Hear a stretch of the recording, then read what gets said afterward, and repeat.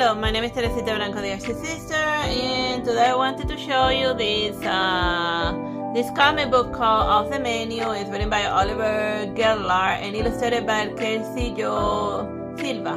So it's basically like a story about a chef who lives in like a fantasy world, but you're more than like for the most part like the weird magical element, and it's still a story about a chef, but it works kinda. It's like a meal thing. You know that I like anything having to do with like food, and boy does this one go ham on the ham. So basically like the main character is called Soup because the people who like found her inside like a bowl of soup, and then they just abandoned it, so then they just named her Soup because it was too much of a bother to give her like a person's name. At least that's what I figured. So then, like she spends all of her time in like the restaurant, but she sometimes fancies what it would be like to go off on a little adventure. So then over here, like they drew like a little Ganda from like the Lord of the Rings, having like a little cameo there. So that's hilarious and silly. But then like he just eats his food and then he goes on to go do Lord of the Rings stuff or Two Towers, or maybe to like die and come resurrect as a different one. So yeah, and then here her friends, and then over here it says where she was from, and like the main conflict of the story is that one day her boss manager, this elf guy, he decides to pick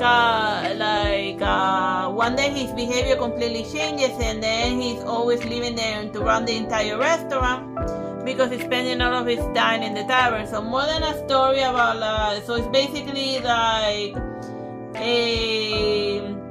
you could say about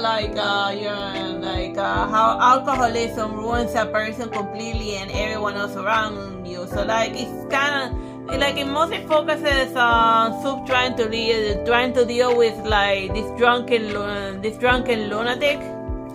But if you see from this perspective, you gotta wonder why this bastard ended up like picking up like alcoholism. Like one doesn't become like a jerk overnight; it just sort of like spirals down into it and it becomes a habit. And it shows like later in his flashback to kind of hints as to why that he's doing to his underlings what was done to him back when he was just like somebody that like mopped floors and whatever, and then eventually to try to put him back in his place or to humble him, and they do a cook-off. But some other stuff happens before like the challenge is done, but I don't want to like spoil it, and I also don't want to spoil how the results of the cooking challenge. But I do want to show you like the nice little cooking feeding panels.